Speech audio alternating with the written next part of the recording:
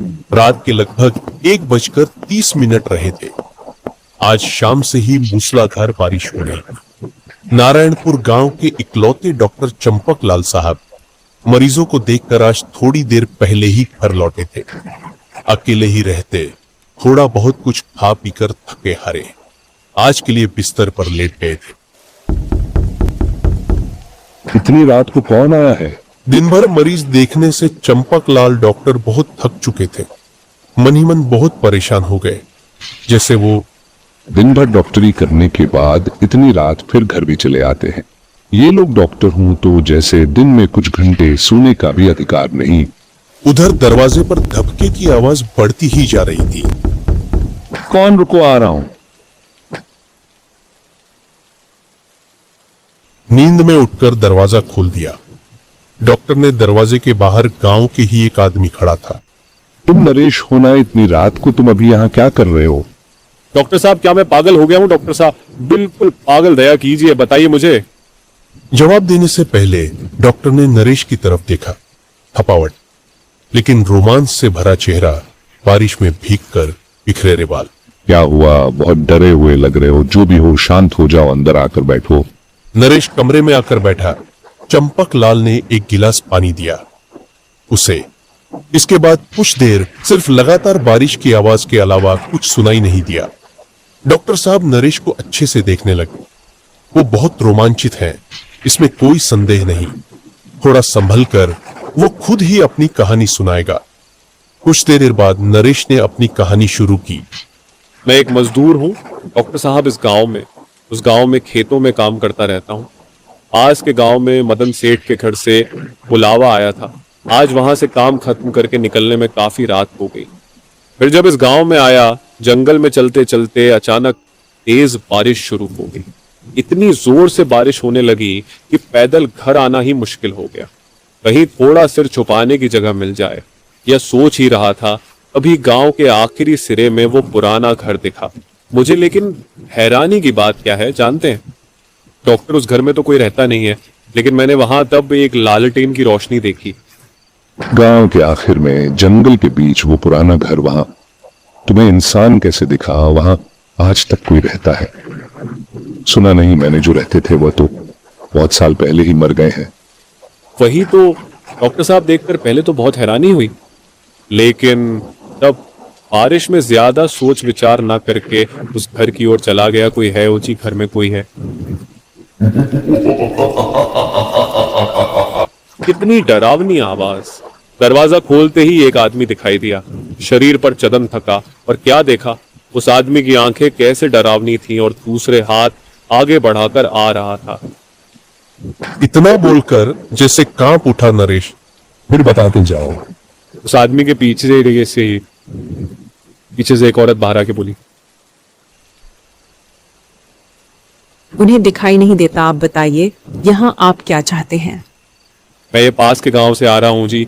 इतनी तेज बारिश हो रही है, इस बारिश में तो घर नहीं जा सकता। अगर कृपा करके इस आंधी बारिश में मुझे थोड़ी देर रुकने के लिए जगह दे देते तो मैं धन्य हो जाता। ये बारिश थोड़ी रुकते ही मैं चला जाऊंगा यहाँ से। वो अंधा आदमी दरवाजा रोक कर खड़ा था। औरत बोली, इसे आने दो, इससे तो काम चल जाएगा। ये बात सुनकर ना कुछ अजीब लगा। मुझसे काम चल जाएगा मतलब जो भी हो। कमरे में जाकर बैठ गया। आप बैठिए, मैं आपके लिए कुछ खाना लेके आती हूँ। नहीं नहीं, वो सब कुछ नहीं चाहिए मुझे। कृपया करके आप थोड़ी देर रहने दीजिए, यही बहुत है और कुछ नहीं चाहिए। वो बोल के क्या होगा, बारिश रात के मेहमान है, आप ऐसे ही जाने दे सकते हैं क्या? फिर वो ऐसा बोल के दोनों बगल वाले कमरे में अंधेरे में कहीं चले गए। मैं अकेला बैठा रहा। बैठे बैठे जैसे आंख लग गई थी। थोड़ी आंख खोलते ही देखा बगल की दीवार में दरवाजा है, जैसे उसके उस पार पास वाला कमरा उस रही थी। पास वाले कमरे से सोचा वो औरत शायद खाना बना रही है, लेकिन उसके साथ साथ कैसी एक धुंधली सी लगातार मंत्र पढ़ने की जैसी आवाज आ रही थी। मैं वैसे डरपोक नहीं हूं डॉक्टर, लेकिन फिर भी किसी एक अशुभ सी महसूस होने लगी। मुझे मेरे मन में बुरे ख्याल आने लगा, बार बार लगने लगा शायद यहाँ आके मैंने ठीक नहीं किया, और उधर लगातार मंत्र पढ़ने जैसी आवाज बढ़ती ही जा रही थी।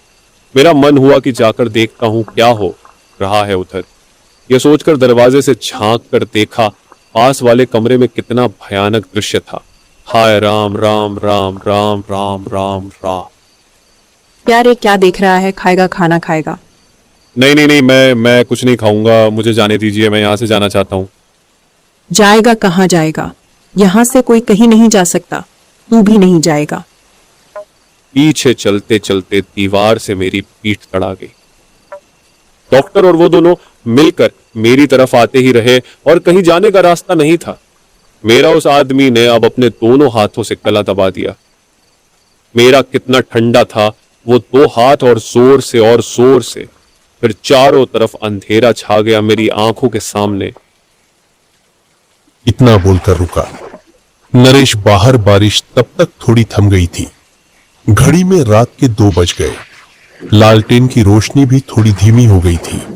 तब तक चंपक लाल साहब बोले, कहानी तो बहुत अच्छी है, फिर क्या हुआ? फिर वहां से निकलकर तुम ऐसे ही आ गए यहाँ इतनी दूर? मेरा विश्वास नहीं किया डॉक्टर साहब, तो आप भी मुझे पागल ही समझे। अगर यही है तो इसका जवाब क्या देंगे डॉक्टर? फिर थोड़ी देर बाद चंपक लाल बोले, क्या मतलब? कुछ समझ नहीं आया। नरेश ने अपना असली रूप दिखाया।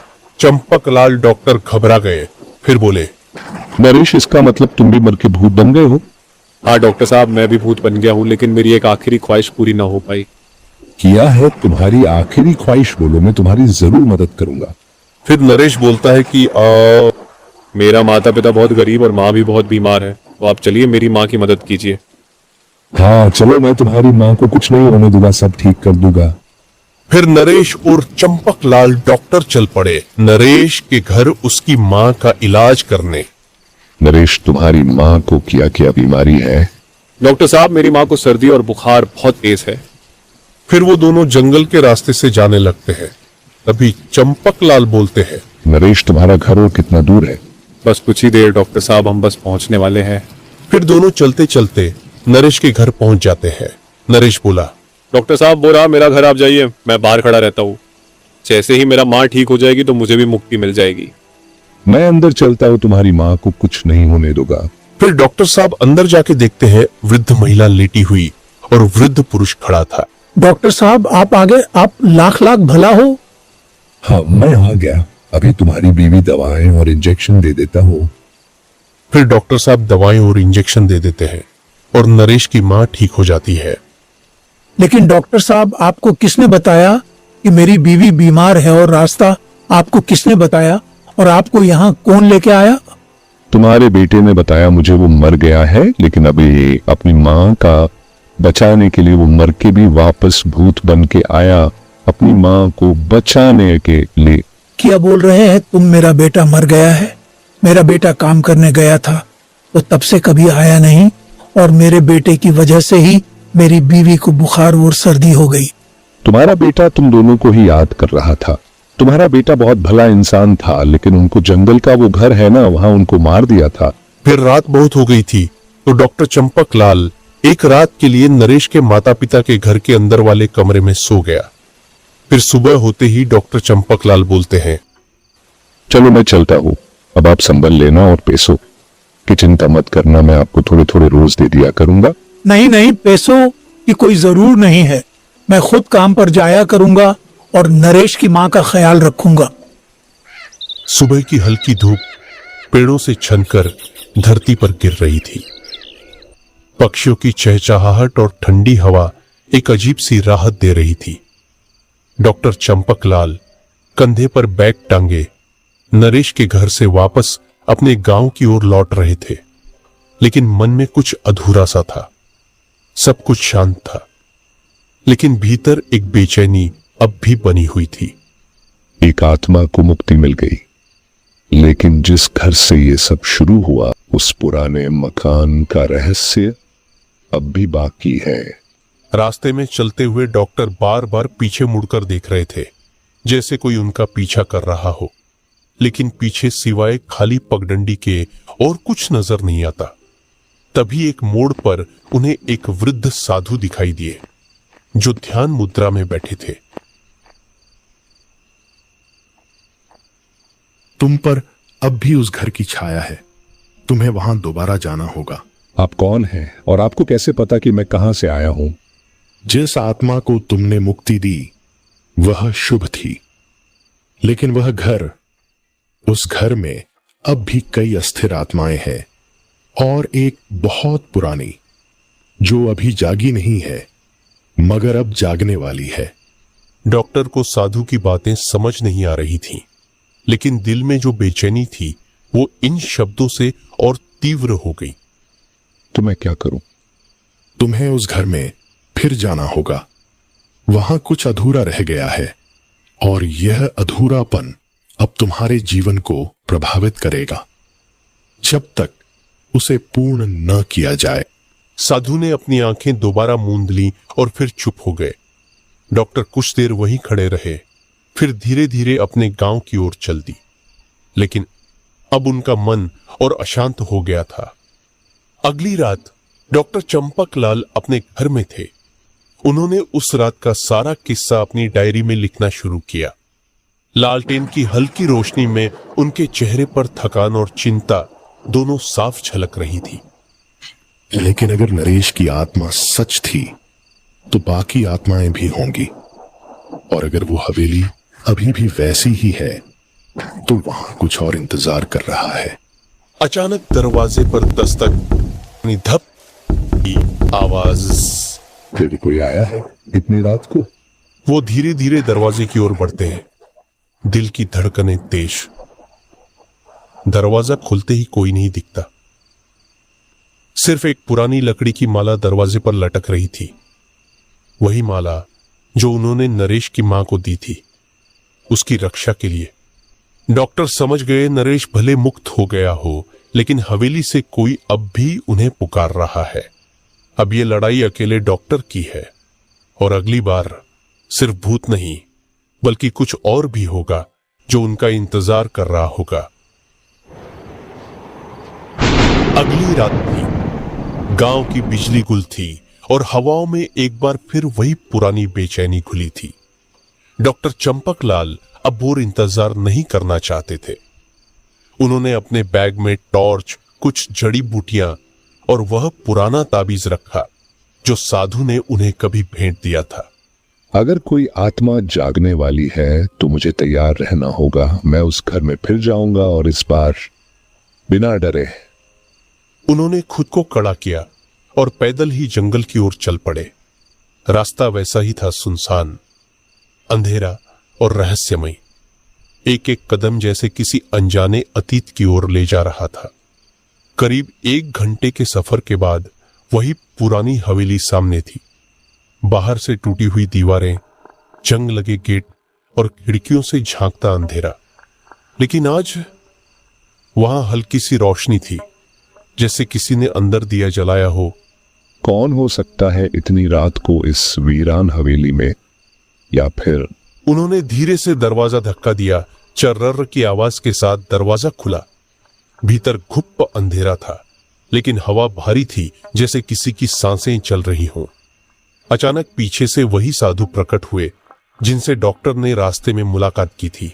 तुमने ठीक किया लौट कर आकर, लेकिन जो आत्मा यहां जागने वाली है वो पहले जैसी नहीं। ये एक रक्षक आत्मा थी जो अब रक्षक नहीं रही। ये अब शापित है। शापित? क्यों? क्या हुआ था यहाँ? साधु ने अपनी उंगली हवेली की दीवारों की ओर उठाई। दीवारों पर अब लाल रंग से लिखे कुछ संस्कृत श्लोक उभर आए थे। डॉक्टर उन्हें पढ़ नहीं सके, लेकिन उनके अक्षरों से जैसे धुआं उठ रहा था। इस हवेली में सालों पहले एक पुजारी रहा करता था, लेकिन जब गांव वालों ने उस पर तंत्र क्रिया का आरोप लगाया तो उसे जिंदा जला दिया गया। उस दिन से उसकी आत्मा इस घर में कैद है।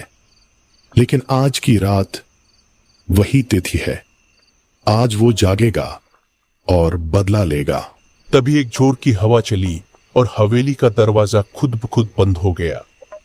टॉर्च की रोशनी कांपने लगी और डॉक्टर चंपकलाल ने देखा हवेली की दीवारों से धुएं जैसी काली आकृति बाहर निकल रही थी। कौन आया है मेरे शांति भंग करने?